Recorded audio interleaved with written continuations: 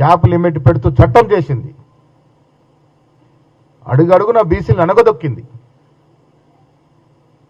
ఇవాళ మీరు మా చిత్తశుద్ధిని ప్రశ్నిస్తూ ఉన్నారు. మాకు చిత్తశుద్ధి ఉంది కాబట్టే కామారెడ్డిలో డిక్లరేషన్ ఇవ్వగలిగినాం. అధికారం రాగానే చక్కచక్క దీని మీద చర్యలు చేయగలిగినాం. 3 చట్టాలు తీసుకెళ్ళగలిగినాం. కేసీఆర్ విధించిన క్యాప్ని అధిగమించగలిగినాం.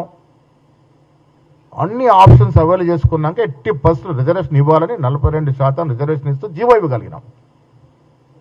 ఇలా కోర్టులో స్టే ఇచ్చింది.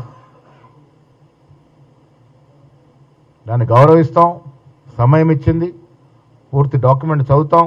మా పెద్దలంతా సమాలోచనలు చేసి ఫర్దర్గా మేము తీసుకోవాల్సిన చర్యలన్నీ కూడా ముందు తీసుకుంటాం.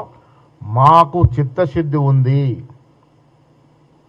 మా నాయకులు ఖర్గే, రాహుల్ గాంధీతో పాటు రేవంత్ రెడ్డి గారు, బట్టి విక్రమార్క గారు, మా మంత్రివర్గ సభ్యులు, మా ఎమ్మెల్యేలు, ఎంపీలు, ఎమ్మెల్సీలు అందరం కూడా చిత్తశుద్ధితో ఉన్నాం కాబట్టే సంవత్సరంన్నర కాలంగా ఎన్నికలు జరగకుండా 80% 42% రిజర్వేషన్ పోవాలని తపనతోనే ఇంత ప్రయాసకు ఓర్చి ఇన్ని రకాల ప్రయత్నాలు చేసినాం.